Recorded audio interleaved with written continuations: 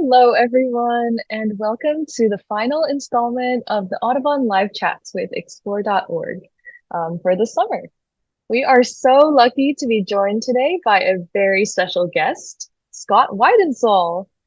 We are incredibly fortunate to have him with us today. Scott has a very busy schedule, and we are so excited to have him here this evening. So I'm Gloria Jin, the Communications and Outreach Assistant for the National Audubon Society Seabird Institute. Joining me today is the wonderful author and naturalist, Scott Weidensaul. Scott is the author of more than 30 books. You may have heard of some of his works, including Pulitzer Prize finalist Living on the Wind and his latest work, A World on the Wing, The Global Odyssey of Migratory Birds, a New York Times bestseller. Along with being a contributing editor for the Audubon magazine and a columnist for Birdwatchers Digest, Scott's writing has appeared in the Smithsonian, the New York Times, and dozens of other publications. Beyond being an amazing author, Scott is also a talented birder and bird bander. He has directed a major study on northern saw-whet owl migration for more than 25 years. He is the co-founder of Project Snowstorm, a co-director of Project Owlnet, and the Critical Connections Project. Scott is also an enormous part of Hog Island's legacy, serving as the current board director of the Friends of Hog Island. So thank you so much for joining us. And without further ado, let's get into it. Scott, would you like to introduce yourself and maybe talk a little bit about how your passion for birds began? Well, first of all, thank you for having me. It's a pleasure to be here. I can't remember a time when I wasn't interested in birds, quite frankly. I grew up in the mountains of eastern Pennsylvania. And I have to admit, when I was a kid, I was probably more serious about herps, especially snakes, than I was about birds. I liked watching birds. But when I was 12 years old, I my I grew up in the Appalachian Mountains, and not too far from where I grew up is a place called Hawk Mountain Sanctuary, which was the world's first sanctuary for birds of prey. It's an overlook point on the Kittatinny Ridge, where in the fall the hawks migrate past there. About 20,000 hawks, eagles, falcons, and vultures every year. And my first visit to Hawk Mountain on a superb migration day in October got me hooked on three things that have been central to my life ever since. I got hooked on the Appalachian Mountains, among which I was growing up without really realizing that they ran all the way from Newfoundland to Alabama and formed this migratory corridor along which all of these raptors migrated. And so I got hooked on raptors, which are among the coolest of all birds. And most of all, I got hooked on migration. And migration has been really central to what I've done both professionally and personally in the more than 50 years since then. I mean, that I can point to that one day and say that day changed my life. And I'm awfully glad for it because it changed my life in a dramatically wonderful way. I love hearing about things like that because people talk about their spark birds, but sometimes it's hard to pinpoint to a spark day. And that is Yeah, so incredible that you have that experience to look back upon and how it guides your yeah. research and writing today. So we will be chatting about ospreys and other raptors today. We'll also talk a little about Hog Island before diving into some osprey ecology and maybe some migration stuff too. So if you have some questions in the chat, we are here to answer them at the end of tonight's event. So please drop any questions you can think of into the comments wherever it is that you are watching from. So viewers, many of you are familiar with Hog Island and the boathouse because of the Osprey cams. But Hog Island Audubon Camp actually has a lengthy and rich history on the edge of Muscongas Bay. Since 1936, Hog Island has actually been a bustling nest of bright birding minds. When Steve and Rachel, the osprey pair, called the Hog Island nest their summer home, campers would be graced with an incredibly special close encounter with this beautiful raptor. But the ospreys were probably oblivious to all the science and education that were happening beneath them. So Scott, would you mind kind of introducing your role and experience on Hog Island? Sure. So I've been an instructor at Hog Island for 24 years, which is kind of hard to believe. It's gone so fast.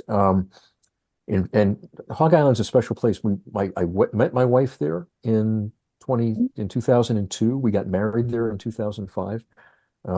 The high point of my year every year are the sessions that I do at Hog Island. I direct the field ornithology session in middle of June every year, where we've got people like Dr. Sarah Morris, who is the president of the American Ornithological Society, like one of the top migration researchers in the country. Um, Catherine Hamilton from California, one of the world's best bird artists. Anthony Hill, who's been working on seabird islands for more than 30 years. Um, in the fall, I run a couple of migration sessions in September with people like Holly Merker, who's been a phenomenal birding guide and environmental educator for years. So you come to Hog Island for a week. You arrive on a Sunday, you leave on a Friday. In between, we have these week-long sessions, and each session has a different theme. I mentioned field ornithology, where we focus on the science of birds, but Holly also runs a program called the Joy of Birding, which is just to build your birding skills, your field identification skills.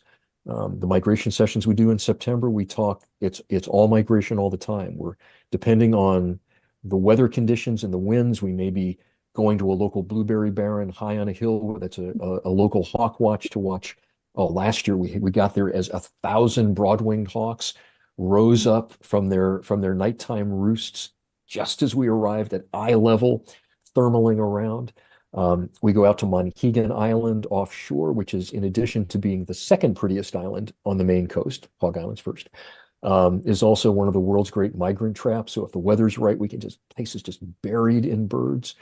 But then we also have sessions like Arts and Birding that marries fine art and photography and birding, and an educators week and family camp. We do a couple of sessions of teen ornithology, where we get these incredibly enthusiastic 14 to 17-year-olds that come in. We've been doing that session for more than 20 years, and many of the alumni from the teen ornithology session have gone on now to do doctorate and postdoctoral work in conservation, ecology, ornithology. It's been really a pleasure and a privilege to be associated with Hog Island for such a long time. And you mentioned I'm also the chair of the board of the Friends of Hog Island, which is the group that supports, through financial contributions and in-kind contributions and thousands of hours of volunteer work every year, supports the Hog Island camp. So it's a terrific partnership. Hey, that's so glad to hear about what's going on down there, because I feel like sometimes it's just hard to know without really someone who is an expert on the ins and outs of Hog Yeah. Island and all that we teach. And I guess kind of on the similar veins, how does the work on Hog Island translate into conservation action and insights into birds? Well, I mean, we're primarily, people hear the word camp and they sort of assume it's kids, but it's primarily an adult camp, and it started in 1936. It's the oldest Audubon facility in the country, and it started primarily to teach teachers about nature. Now we still do that, but the idea is to bring in people from all walks of life and immerse them in the coast of Maine, with scientists and educators and experts, give them a feed them until they beg for mercy, because we have really good food on Hog Island. I see that's the Oh yeah. the outdoor serving. There are some of our Friends of Hog Island volunteers. That's obviously during the pandemic when we were still wearing masks. Um, but it's an opportunity to immerse yourself in um, the life of the coast of Maine. We do bird banding. That's what's going on right there. That's a song sparrow that we're about to release. Just an opportunity to introduce people to a lot of the science behind the birds, the conservation behind the birds. There's a black-throated green warbler. Funny story about that bird. That was a bunch of one of the teen ornithology group. While I was holding that male black-throated green warbler, of course, people always say, "Isn't that awfully stressful for the bird? Isn't it terrified?" A deer fly flew in and he grabbed it out of the air and he hung on to it until we were done taking the pictures and let it go, and he flew up in the tree and ate it. And so I would think if you were terribly stressed out by the whole situation, if it's like if aliens captured me and took me up to the spacecraft and did all the things aliens are supposed to do and then offered me a cheeseburger, I wouldn't take the cheeseburger. But he had no problem with taking that deer fly. So It's time to Yeah, it's grab a just an snack. opportunity to connect with nature at a really beautiful level. And, you're waking up on Muscongas Bay. You're falling asleep to the sound of loons. You're waking up to the sound of lobster boats. In between, you have an opportunity to hang out on this gorgeous 330-acre island with some of the best naturalists and birders in the country. It's a lot of fun. It's obviously because I keep coming back year after year. That is such a wonderful description, and it makes me want to go over there, even though I You, guess I am yeah, already over there. yeah. And I invite all the viewers who are interested in learning more about Hog Island to definitely go on the website and learn more about the cool programs led by amazing instructors such as Scott himself. And another cool thing about being at Hog Island is that you can see the osprey nests in person. And to kind of go into what we've been um, watching for the past, I think almost more than a decade with the Hog Island nests. These ospreys have been a large part of the ecology here at Muscongas Bay. They can even tell us what kind of fish live in the waters just by seeing what kind of prey items they bring back for their chicks and for each other.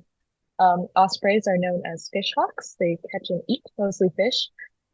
They're also definitely more of a generalist. They'll kind of bring any fish that they find as long as it's in the top meter of the water column. They're very specialized for this generalist role, which is kind of an interesting fact about them. Um, their curved talons allow them to grip their fish and bring them back to their nests as speedily as they can. And as you see on the boathouse, as well as the Hog Island osprey nest, they live very close proximity to humans a lot of the time. Almost, I think this statistic is correct. I think 95% of osprey nests are now in man-made structures. Um, particularly in Maine, this number might be a bit different just because of the number of trees that we have. But nowadays, you can find osprey nests in phone towers, buoys, chimneys, light structures, and even boathouses. And so there's a lot of things to learn from these ospreys. And I just kind of want to raise the question, what are some of these things that we can learn from, I guess, tracking the ospreys, viewing them from these cameras? And yeah. Well, of course, I'm old enough to remember when we did not have very many ospreys. And I think one of the things that I think of it when I think about ospreys is that they, like other top order predators that are at the end of very long food chains, serve as important sentinels for what's happening in the environment. I mean, one of the reasons that we knew the trouble that organochlorine chemicals like DDT and some of its associated pesticides were having in the 1960s and 70s is because osprey populations collapsed, double-crested cormorant populations, bald eagles, peregrine falcons, brown pelicans, all of these birds that are at the end of very long, especially aquatic food chains, were showing us that there was a serious problem. And the ospreys are still doing that in places like, for example, the Chesapeake Bay, where osprey populations are, it would not be overstating to say that osprey populations are in crisis in areas of the Chesapeake Bay where they have had almost no chick reproduction in the last couple of years because the chicks are starving to death. Because commercial fishing for menhaden, what they call pokies on the coast of Maine, they've taken so many menhaden out of the Chesapeake Bay for what's known as the reduction industry, where they turn them into fish oil and fish meal, that the osprey chicks are starving. Now, interestingly, ospreys along the Chesapeake Bay that are feeding mostly on freshwater fish in places like the James River and the Rappahannock River are doing just fine. But the ones that are depending on menhaden in the Chesapeake Bay itself are in crisis. So again, decades later, ospreys are serving as a sentinel to a wider environmental problem in an ecosystem, in this case, the Chesapeake Bay, where we're seeing collapses in striped bass populations and all these other fish that depend on these foundational forage fish like menhaden.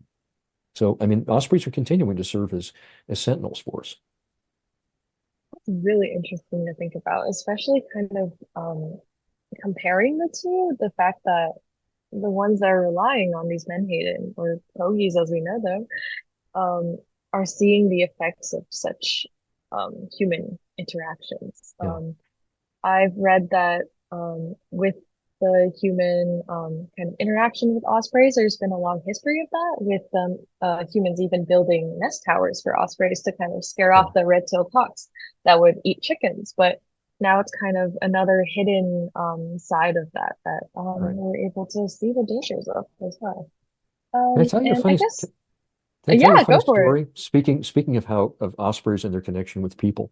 Yeah. As you said, in many parts of North America now, 95% of ospreys are building on artificial structures, and often, I Mm. mean, literally on somebody's house or right in front of somebody's house. Yeah. This past spring, I was over in southern England, where they have reintroduced ospreys for the first time since probably the early 1800s. And I visited Poole Harbor on the southern coast of England, where the first reintroduced ospreys are nesting. And they've built an observation platform. It's probably 3/4 of a mile from the nest. And we were told to be very, very quiet because ospreys are exceptionally susceptible to disturbance. And we had to tiptoe in and stay behind a screen. Um, and we were told, although it turns out this is not true, that it is a criminal offense to approach within 200 meters of an osprey nest. And so one of the folks working at this reintroduction site asked, "What is the legal buffer around an osprey nest in the United States?" And I said, "There is none." They said, "How can that possibly be?" I said, "Because if there were, some people would never be allowed to go outside of their houses because they're literally nesting right next to people's homes." And my suspicion is, with time, the ospreys that they're reintroducing to the southern UK will adjust to people as ospreys have adjusted to people all over the world. But these are chicks that are coming from nests in the remote highlands of Scotland, where they're kept Mm. protected from people, from disturbance, and they probably are a little bit more sensitive to people being around than ospreys at the boathouse at Hog Island, where there's people up and down the. I mean, this past spring when we were still doing repairs after the winter storms, I mean, they put up with all kinds of disturbance there. But Mm. you know, birds have a tendency, and raptors are this is probably especially true of raptors. They tend to imprint on the kind of places where they're raised. If you're a peregrine falcon that's born on a bridge, you will probably look for a bridge to build your nest on, to lay your eggs on when you become mature. If you're a peregrine falcon that's born on a natural cliff, you'll probably look for a cliff.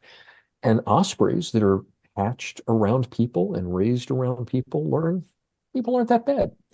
For the most part, we're not shooting ospreys anymore, and thank goodness. Boy. And ospreys have always been pretty mellow around human disturbance, and that I think they'll probably see that in the UK eventually as well. Here's hoping that we'll get rid of that supposed 200-meter Yeah, legal limit yeah, I set around that. it's probably not a bad myth to spread over there, Yeah, just to protect them. especially with the reintroduction project. Right. But hopefully we'll see that successful in years to Yeah. come. And I guess kind of to talk about another one of your focuses and passions. Ospreys are migratory birds. Yes. They, on the East Coast, they will actually travel down south to Panama and spend the winter in kind of that Central to South America range. I've heard that females tend to go further south than males do, and they'll spend, especially the younger ones, will spend a long time kind of exploring, um, kind of meeting other birds, checking out what is down there. But I just want to kind of ask, how do they know where to go? Where do young birds especially travel, and do they travel with their parents? Is that something that's taught, or is it kind of a geomagnetic thing where they just instinctively know where to go? I think it's more instinctive. They just know they need to go south. They're not traveling with mom and dad. They're traveling solo. Mm. And colleagues of ours like Rob Beauregard, who's a longtime instructor at Hog Island, Rob had been doing satellite telemetry work on ospreys on the coast of New England for years. And what he often saw with young ospreys was an osprey that was born on, say, Martha's Vineyard or Cape Cod knows come fall that it's got to go south. Their main wintering areas like the northeastern coast of South America, so places like Venezuela and Colombia and Suriname and Guyana. Well, south of Cape Cod is the Atlantic Ocean. And these ospreys, these young ospreys, will take off and just fly due south over the Western Atlantic for days and days and days and days and days. And frankly, some of them don't make it. That's a long way to go over open water. Um, what happens if they survive the trip and they make it down to South America? They're not going to be old enough to breed for at least another 2 or 3 years. And so they usually spend about 18 to 20 months down on their wintering grounds. There's no sense in flying all the way down there and then flying all the way back north if you're not old enough to breed. So they stay down in the tropics. They, as you say, they travel around. They sort of drift around. Sometime occasionally, there's been some cases of them like building fake like sort of practice nests while they're down there. But what's interesting, if they're not going to fly back straight up across the ocean. So what they do is by this point, they have sort of figured out that, oh, well, there's the Lesser Antilles, and then that connects up to Cuba, and you can cut across the Strait of Florida to Florida, and then go up the East Coast. And what they will do for the rest of their lives when they go south in the fall is they will go down the coast to Florida, drop down to Cuba, go across Cuba, drop down the Lesser Antilles, and make landfall in places like along the northern coast of South America. So it becomes a much less rigorous, much less dangerous flight, but they have to learn that. So Mhm. migration is always with most birds is a combination of you know a set of commands that are baked into their DNA that tell them to go in a certain direction at a certain time of the year for a certain length of time. But then layered on top of that is the experience they get with each migration. And so that they Mhm. can learn specific routes and stopover sites and shortcuts. And, but it's that first migration is by far the most dangerous. And the Mhm. mortality rate among young raptors, including young ospreys, is very, very high. A ballpark, probably 60 or 70% of most birds don't make it to their first birthday. Um, so the ones that make it back again are the best of the best. Um, but they're also built for it. And one of the things that Rob discovered with his satellite telemetry work, because he was getting such incredibly detailed satellite data, he could actually see the flight patterns of the birds. And it turns out that some of these ospreys flying across the Atlantic are using what's known as dynamic soaring, which is a flight technique that albatrosses and shearwaters and other pelagic seabirds use, where they will dive down toward the surface of the water and build up speed, and then turn up in the face of the wind, which lofts them up, and then just do that kind of endlessly, this sort of roller coaster, never flapping their wings, not using any energy, and they can just do that all the way down to the coast of South America. And that's something that we didn't know anything about until probably 10 years ago. So Yeah. even these birds like ospreys that are so common and widespread that people have been studying for years, they have so many secrets that we're just barely scratching the surface on. Yeah, that's so neat. And I found that just with the kind of rise of the transmission technology and the tracking Yeah, technology with all of these projects, at the Seabird Institute is doing a lot more work with that's tracking right. the terns and the puffins. And so it is just so neat to kind of get a sense of how much research there is still to be done, Oh, and how much absolutely. knowledge we've gained from all of these you know, and tactics. and the technology it's this and the tracking technology is something that I've been involved in from a research perspective for about the last 15 or 20 years. You Hmm. mentioned Project Snowstorm earlier. That's where Yeah. we're putting GPS, GSM transmitters on snowy owls. I'm involved with the Modus wildlife tracking system. We have a Modus receiver station on Hog Island that you can track these tiny little nanotag transmitters that are in some cases are small enough that you can put them on migratory butterflies. Um, it's really just opened this world of migration research. And so even for species like ospreys that have been big enough to carry satellite transmitters now for the better part of 20 years, um, we keep adding more bells and whistles to these gizmos that tell us more and more. We can track the heartbeat of the bird, accelerometers that will tell you how many times they Wow. flap their wings. We can I kind of look into their lives at a second by second basis. Yeah. And all of this information gives us information that we can use for conserving and protecting these birds. Like for the longest time, when ospreys headed south to South America, we didn't know where they went. There's just not that many bird watchers in places like Venezuela and Guyana. So we didn't know where they were going. We didn't know what was happening to them. One of the things that Rob found is that as these ospreys are passing through Cuba, a lot of them are being shot because people mistake them for hawks that are going to kill their chickens. And so Mm. there was an opportunity for a young biologist named Freddie Gonzalez, who was an international trainee at Hawk Mountain many years ago, to start doing outreach to rural communities in Cuba to protect ospreys, to teach people that these birds are feeding on fish. They're not going to touch your chickens. You don't have to shoot them because a lot of northeastern North America's ospreys funnel through the mountains of Cuba, especially Western Cuba, during their fall migration going south. So, it was a choke point where there was a significant risk to these birds that we've been able, through this information, to try to mitigate. That's a beautiful opportunity for education, I think. Yeah. Just to be able to find these gaps in knowledge and try to help amend that.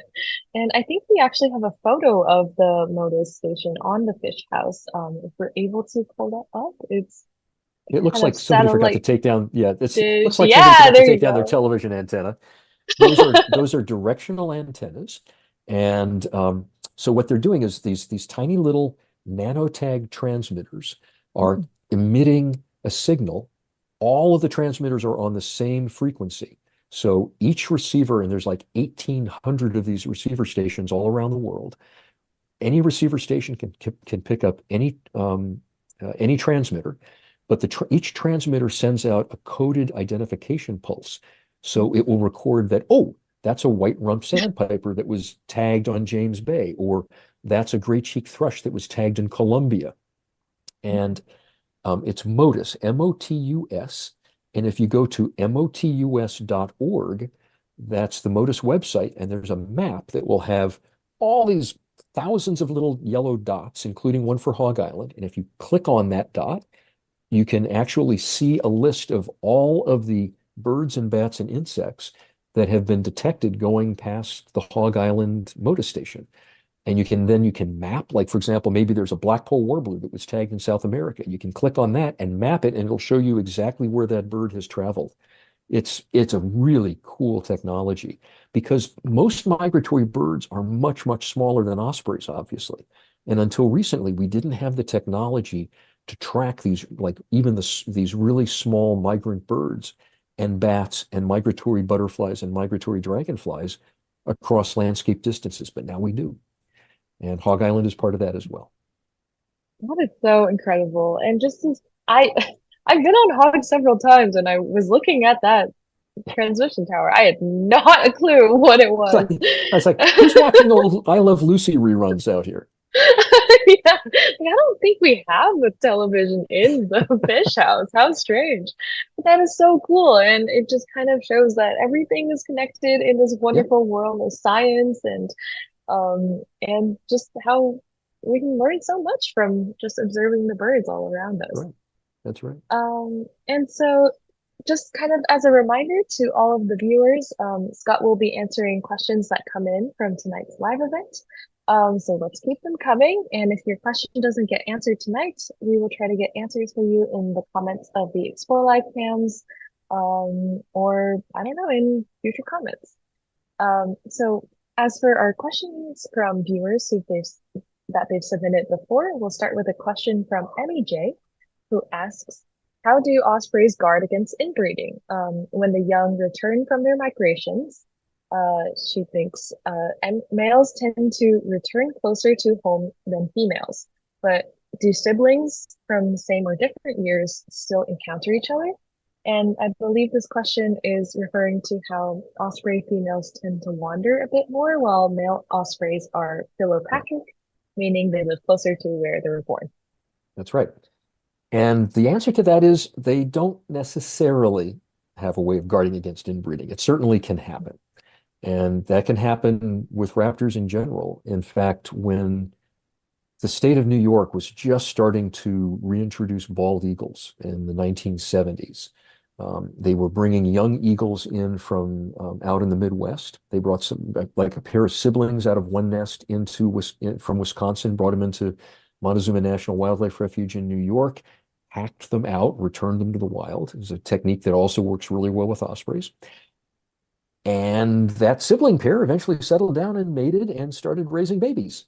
And is that ideal? No, probably not. But as the population grew, those chicks from that inbred pair started, sort of outbreeding with other individuals. So it certainly can happen. It probably doesn't happen very often, just because there's such an enormous number of unrelated ospreys out there. And as the question poses, the males are coming back to generally the area where they were born. The females are moving more widely, so there's that chance that the genes are getting spread out a little bit more widely.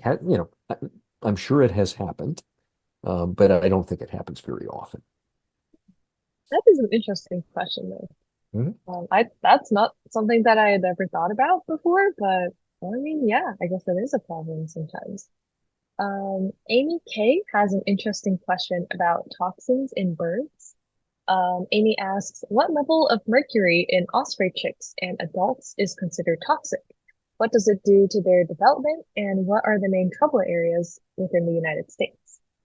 So I don't know off the top of my head what the toxic level is, how many parts per million of mercury. And let me just back up a little bit. For those who aren't familiar with mercury, it's one of the most pervasive environmental toxins out there. It's it's produced by gold mining.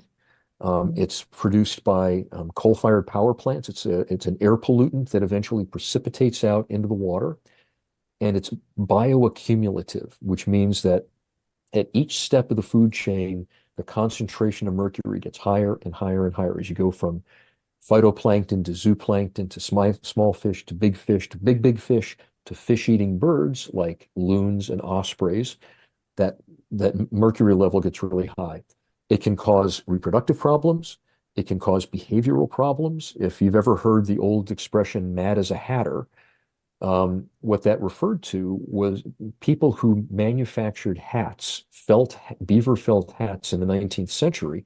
They used mercury in the manufacturing process, and the hat makers would immerse their hands in this, and they would absorb mercury through their skin, and it caused severe mental problems, behavioral problems, mental problems.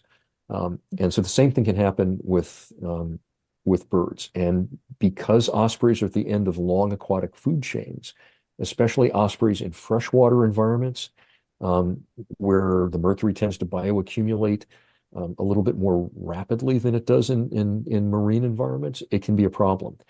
Um, Now, until recently, they didn't think that ospreys were all that susceptible to mercury poisoning.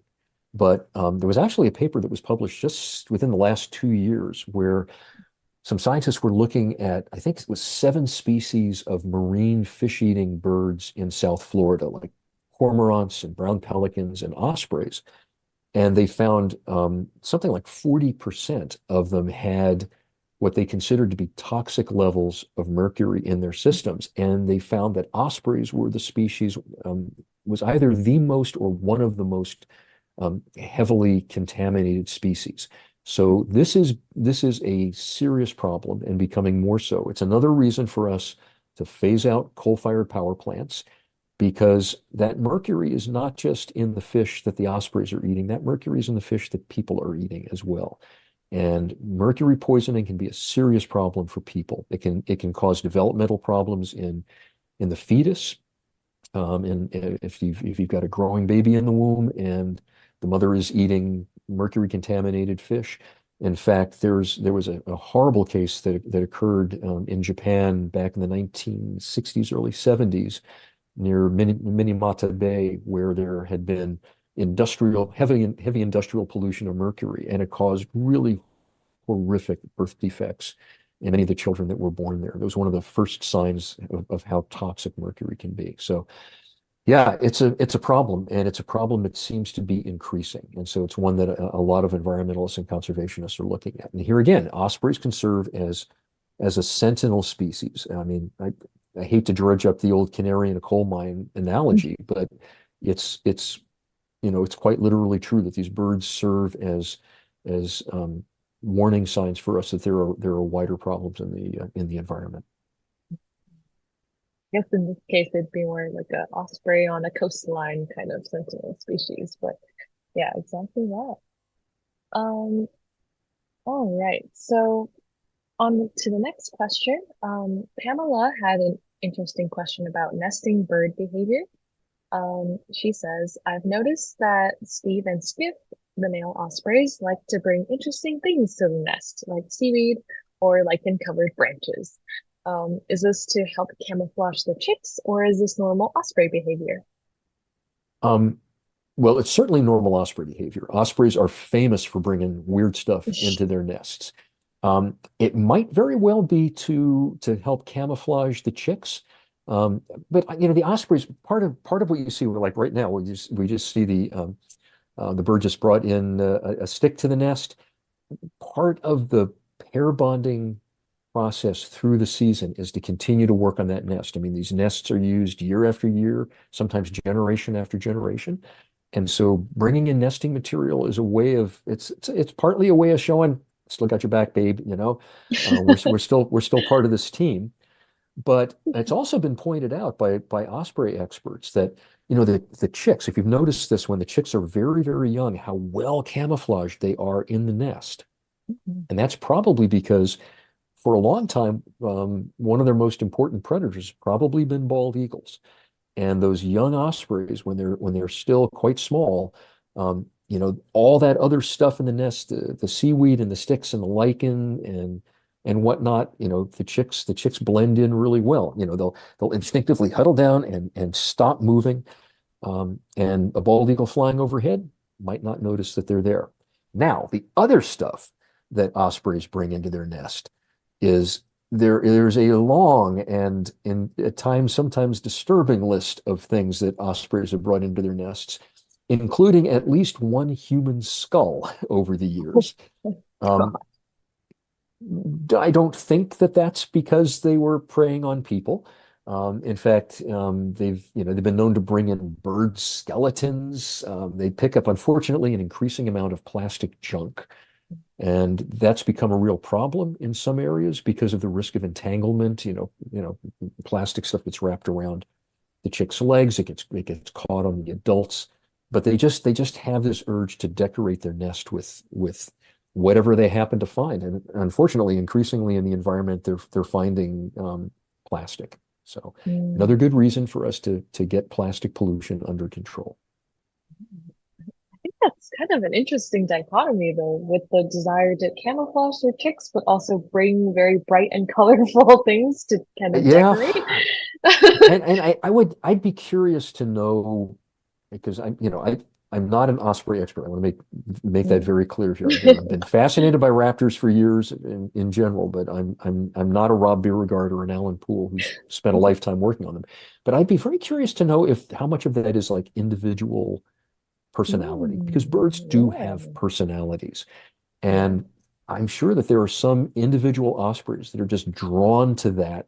Birds have good color vision, you know. They react and respond to color much the same as, in fact, they can see color better than we can. They're quadchromatic instead of trichromatic like we are in our eyes. So, they may just be saying, "Hey, look, it makes the nest look fantastic, sweetheart." That I, yeah, I mean, certainly. I mean, watching the video of them wrestling. Yeah, there have been times when I've brought it. I've decided, piece of furniture, and maybe my wife wasn't quite as thrilled with it either. So I mean, yeah, Skip and I feel Dory. his pain there. It's been a constant struggle with Skip bringing in uh, endlessly large and unnecessary things to the nest that I think has caused a bit of trouble this season. Uh, And yeah, I mean, honestly, the craziest thing that Skip has brought this whole season has been a wooden plank, which I'm pretty sure he stole from the boathouse because there was a pile of wooden planks on the ground. And there are other ospreys out there who apparently have the heads of Barbies in their nests as well. And so it just goes to show maybe so it is that's just the individual. yeah, you gotta wonder what's the, what is the bird's perspective on a Barbie head? Like, Just maybe a shiny golden tuft of something, and yeah, yeah. nice to add. All right. So moving on to the next question. This is from Canuck. They said, I've seen an osprey eat an entire fish that is almost the length of an osprey's body. Where do they put all that food? I know that they have a crop, but I can't imagine it can hold an entire whale of a fish or that their stomachs could either. And then sometimes after eating a huge fish, I've seen that same osprey eat a second large fish later that day. I'm amazed they can process that much food. Well, don't forget, birds have really, really high metabolisms, and they burn a lot of energy. Even a fairly large bird like an osprey, its body temperature is much higher than a human's, so they're going through food faster. But it is remarkable what a raptor can stuff into its crop. So the crop is it's an upper section of its digestive tract that is expansive and flexible. And so they can eat rapidly and store food in the crop because think about it, not so much for an osprey that's sitting up in a tree, but if you're a Cooper's hawk and you've made a kill and you're sitting on the ground, you're at risk when you're on the ground. And so most raptors will try to eat as rapidly as possible and then fly off with the food in their crop. And then a little by little, it goes down into the rest of their digestive system, and they're able to make use of that. So it's sort of a rapid storage area. But yeah, I mean, and if you catch a really big fish, think about how much of that fish is bony head and spine and internal organs that the osprey is probably not going to eat. Um, you can reduce that down to usable flesh into a much smaller, more compact area in the crop and the stomach. But they know what they can take, and we may look at them and go, oh my God, how could you possibly eat that without taking an Alka-Seltzer afterwards? But they know what they're doing. Millions of years of evolution can't be wrong. Mhm.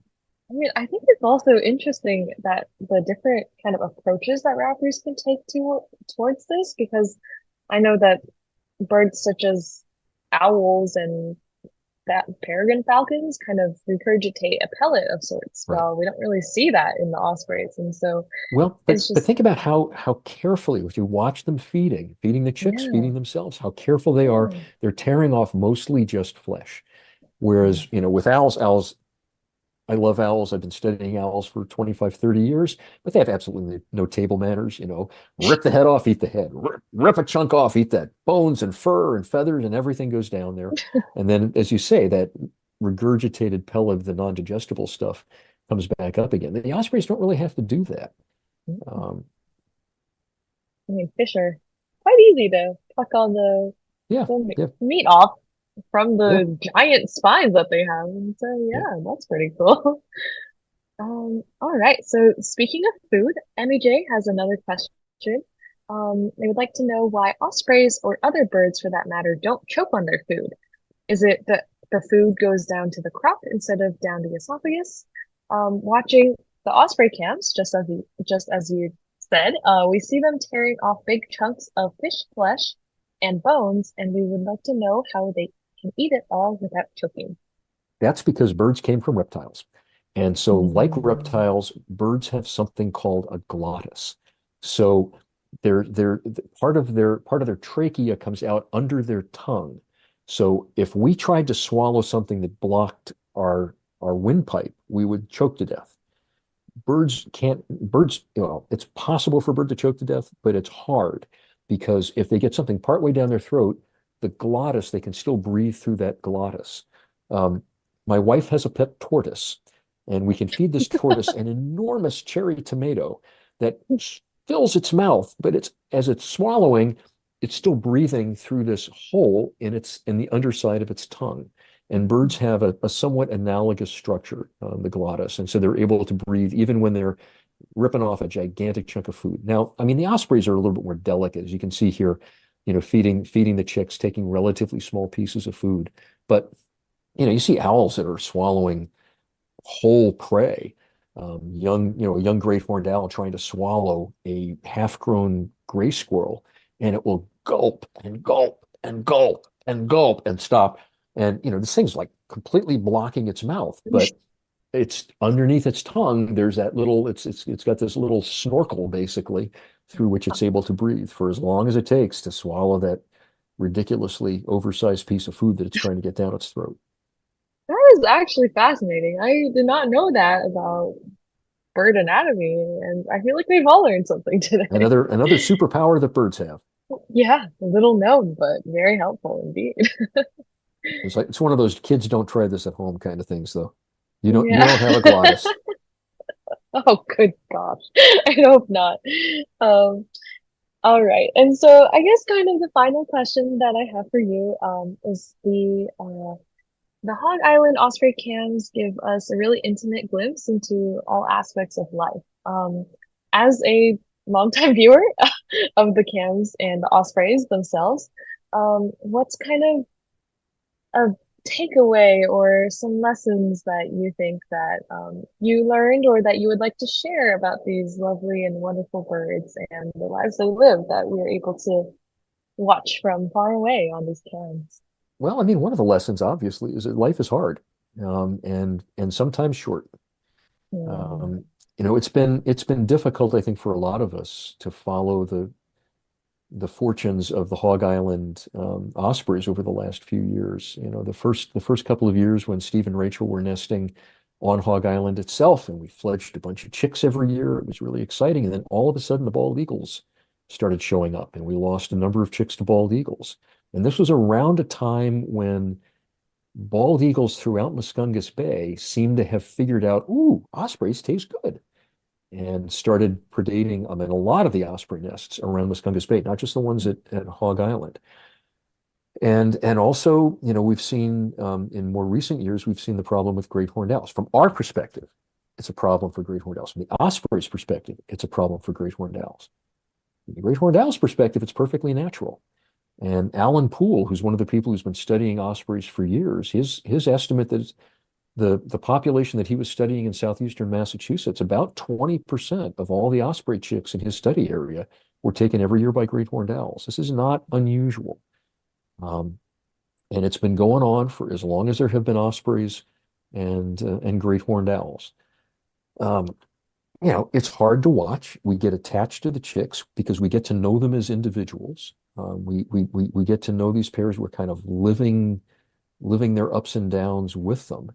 Um, but if you're a fish, an osprey is your worst nightmare. The great horned owls are preying on the ospreys. The ospreys are preying on the fish. Um, I don't want to belabor the whole circle of life cliche, but it really is. Um, I'm less concerned about. In fact, I'm really not concerned about the impact that great horned owls are going to have on osprey populations overall. I'm more concerned for the ospreys from the perspective of how the changes that we're making to the environment are hitting them. Overfishing of the forage fish. I mentioned the Chesapeake Bay. That's a problem on the coast of New Jersey where osprey productivity has dropped through the floor. And again, probably because of overharvesting of some of these small forage fish like menhaden. Um, the ospreys are having no problem feeding their chicks in Muscongas Bay. That's good. But we're seeing more and more menhaden fishing, pogie fishing going on out in the bay for lobster bait. At what point does that become potentially an issue for the ospreys? We need to be paying close attention to the productivity of these osprey nests to figure out if there's a wider problem in the ecosystem. I think I've mentioned it a couple of times. I think ospreys are a really good sentinel species for us. And at the moment, I mean, in terms of Muscungus Bay, nobody really is doing that research. So that's an avenue I think that we ought to be pursuing in the future. We can use those ospreys as an early warning system on the health of Muscungus Bay as a whole. That is a tremendously fascinating insight. Thank you so much for sharing your thoughts on that. Sure. And we're glad that we can all be a part of the Muscungus Bay story and by learning and watching these ospreys alongside everyone else. And so also I'd like to thank people who have submitted questions earlier, and now we can move on to questions that have come in during tonight's live chat. All right. So our first question is, do all raptors eat carrion? Not all raptors, many raptors. There have been cases of ospreys eating carrion. There was at least one documented case of an osprey feeding on a roadkill deer, and another one with a I think it was a possum. It was feeding. This is in the Birds of the World account about ospreys. It was feeding with a bunch of turkey vultures on a road-killed possum, and then tried to fly off with the possum. So I mean, even a desperate osprey sometimes will go after carrion, but Wow. but I shouldn't say not all. We haven't documented all species of raptors feeding on carrion. Um, on the other hand, I've seen long-eared owl pellets that were comprised mostly of deer hair, and I can guarantee you a long-eared owl, which is about the size of a crow, did not kill a deer. Um, I've had at least one report of somebody seeing a little northern saw-whet owl that's the size of a soda can and weighs about as much as a robin, flushing off a carcass of a roadkill deer. So I think when the times get tough, um, a lot of raptors will feed on dead things, even if they don't normally. But all, I mean, Wow, I don't know if we interesting. can say all.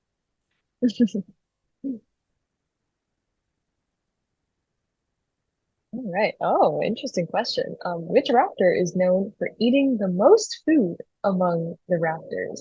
I'm not I'm sure how not to sure if understand the this is, question. yeah, I'm not sure if this is maybe talking about on a daily kind Yeah, of like scale or more on a yearly quantity or basis. diversity. Um, Ooh. I mean, because there's a lot of generalist raptors that will eat a lot Mhm. of different things. Um, Yeah. Great horned owls are a pretty good example of that. Red-tailed hawks are a good example of that. They'll go from I've seen red-tailed hawks. I've seen a juvenile red-tailed hawk on a country road after a heavy rain picking up night crawlers that had, worms that had crawled out on the road. All the way up to, many different species of reptiles and amphibians and so there's and of course then there are some raptors that are highly, highly specialized. The best example of that in North America probably is the snail kite down in Florida that feeds only on apple snails, um, which has been interesting because now we have several invasive species of apple snails in South Florida that are much like the native species is about the size of a golf ball, and these invasives are about the size of a softball. And they were so big that the snail kites that had a specialized, highly, strangely curved bill designed specifically for opening these apple snails, they were so big the young snail kites kept dropping them. They weren't getting enough to eat. And snail kite biologists were so worried. They were afraid this is a bird that's already on the endangered species list. That population had dropped to only about 800 birds. They thought, like, they're going to go extinct because they're not going to be able to get enough to eat. Except that in a matter of just a couple of generations, snail kites developed longer legs, bigger feet, bigger, heavier bills, so that they're able to handle these gigantic apple snails. And now their population's booming. And in Wow. fact, the same thing has happened with, in terms of population boom, with limpkins, which are another South Florida Mhm. specialty that feed on apple snails. And you mentioned earlier, I write for Audubon magazine. Little sneak peek: the fall issue of Audubon magazine is going to have an article I wrote about this limpkin explosion that these invasive apple snails have caused. That limpkins have one of the most rapid range expansions of any North American bird ever. They went from tiny little area of Florida to like all the way into Texas. And then they started erupting north across most of North America over the last couple of years, like up into Minnesota and Ontario and Nova Scotia. It's been crazy. And just because of these, this new food source from these invasive apple snails have come in. So I said, I'm not sure exactly how we should take that question, but I hope I answered it to the person's satisfaction. Yeah, that was certainly a very interesting answer and evolution at work, truly, Yeah, within yeah, several generations. That is yeah, incredible. yeah. And Well, it's actually yeah. wasn't they didn't think it was actual evolution. It's what's known as Mm. phenotypic plasticity, which means Oh, that within yes, there any it within is. any Yeah. population, there are some that are bigger, some that are smaller, Hmm. and there was so much pressure on the ones that weren't big enough that they didn't survive, and only the Yeah. ones that were big enough survived, and they passed on those somewhat bigger genes. But so it hasn't baked into the DNA quite yet, but it Mm. probably will in a few more generations. We'll have to keep an eye out on those snail Yeah. kites, not just for endangered reasons, but also for No, of this now course. too. All right. Let's see what our next question is. Um, oh, it looks like C16 just fledged this afternoon from the Charlo nest. That's really exciting. It's been a rough year overall for all of the Osprey cams, and so to hear that there's just been success with C16 is super exciting. I've been following the Charlo nest, and that is such a lovely sight to see. It's very nice to end on that note. All right.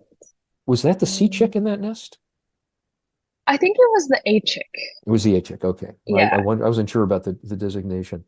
Yeah, I think it was C16 to 18. And Okay. unfortunately only 16 made it, but we're glad it did. Yeah. Yeah. And I think so these are some questions about the Charlo nest, but I think we can kind of talk about ospreys Sure. as a whole. Mhm. So how long will C16 stick around the nest now that he's fledged? Will parents assist in feeding fledgling ospreys like eagles do? Yes. So I can't speak specifically to Montana ospreys, Mhm. and there are some regional differences in how long the birds stick around.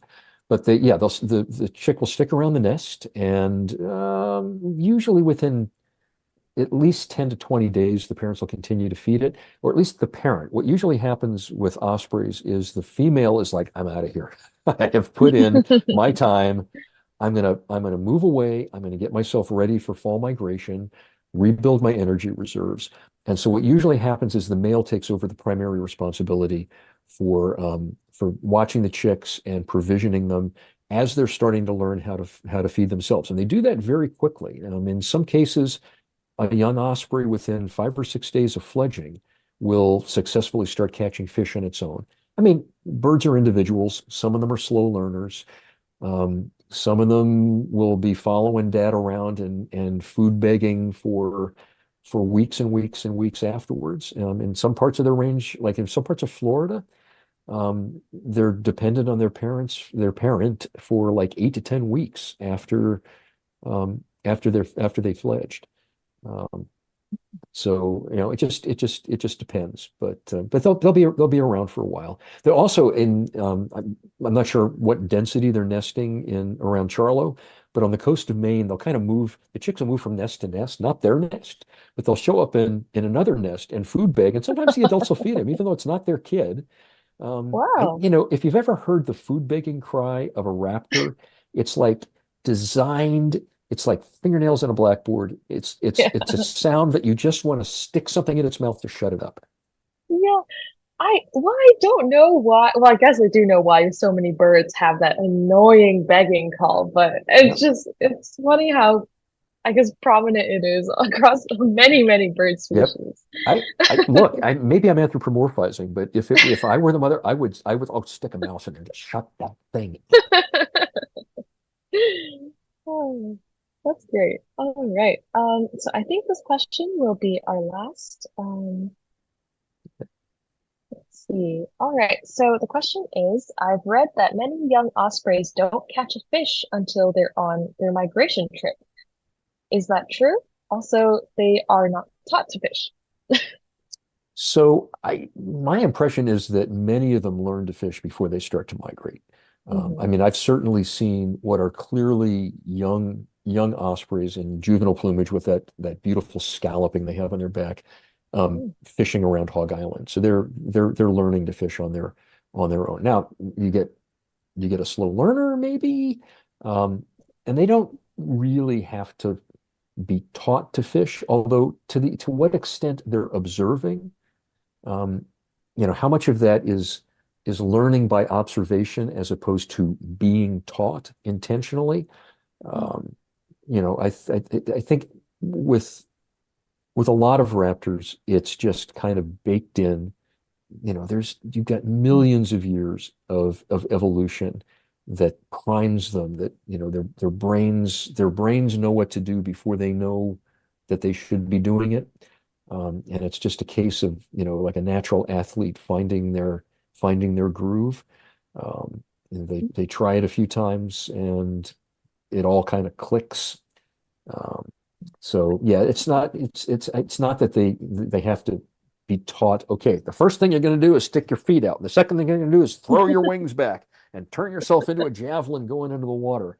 That's just all coming straight from instinct. It's clumsy in the beginning. They'll get better with practice as we all do. And I would think that the ones that aren't fishing until they're on their migration are going to have a hard time. They may not be the ones that make it. They may be part of that 60 or 70% that doesn't make it to their first birthday. Oh no. Well, thank you so much for answering all of those questions, and thank you so much everyone in the chat for submitting such amazing ones. For any questions that we couldn't get to, I hear there were a lot. You can keep asking away on the Asana forum or in the comments of the Explore chats. I'll try to get to them in a future comment or elsewhere in the chat. And to kind of wrap things up, a huge thank you to our amazing guest, Scott, for being here It's, tonight. it's Not been my just tonight, pleasure. but yeah, thank you for all of your hard work that you do for Hog Island and also all of your other endeavors as well. We really appreciate all your hard work and dedication for the birds and advocating for those birds, writing about them, teaching others. And of course, thank you so much for joining us today. And if you have any last words you'd like to add, we'd love to hear them. Maybe about Raptor Rapture. Oh, that would be Yeah. interesting. Yeah. So if folks are interested in learning more about raptors, Hog Island has a series of online courses. There's a Raptor Rapture online course that has, I mean, lectures on dozens of different topics of raptor conservation and raptor ecology by some of the top raptor biologists in the world, including, I'm pretty sure, Rob Beauregard, who's done so much work with ospreys. I've referenced Rob's work a couple of times tonight. And so you can find out more about that online if you go to the Audubon website. So So, thank you so much, everyone, for tuning in tonight. As always, it's a pleasure to hear all of your comments and questions. Thank you for attending our live chat. It's been an honor to be your host this summer, and I want to give a special thanks to the Explore team for supporting Audubon's mission. We really couldn't do things like this without all of your support and enthusiasm for these birds. And thank you. Have a great evening. Um, but I don't know if you want to add anything else or just no, say your just goodbyes, but come visit us at Hog Island. We'd love to have you come spend a week on a gorgeous island on the coast of Maine, and we'll talk ospreys. yeah, here, here. Thank you all so much and have a great evening.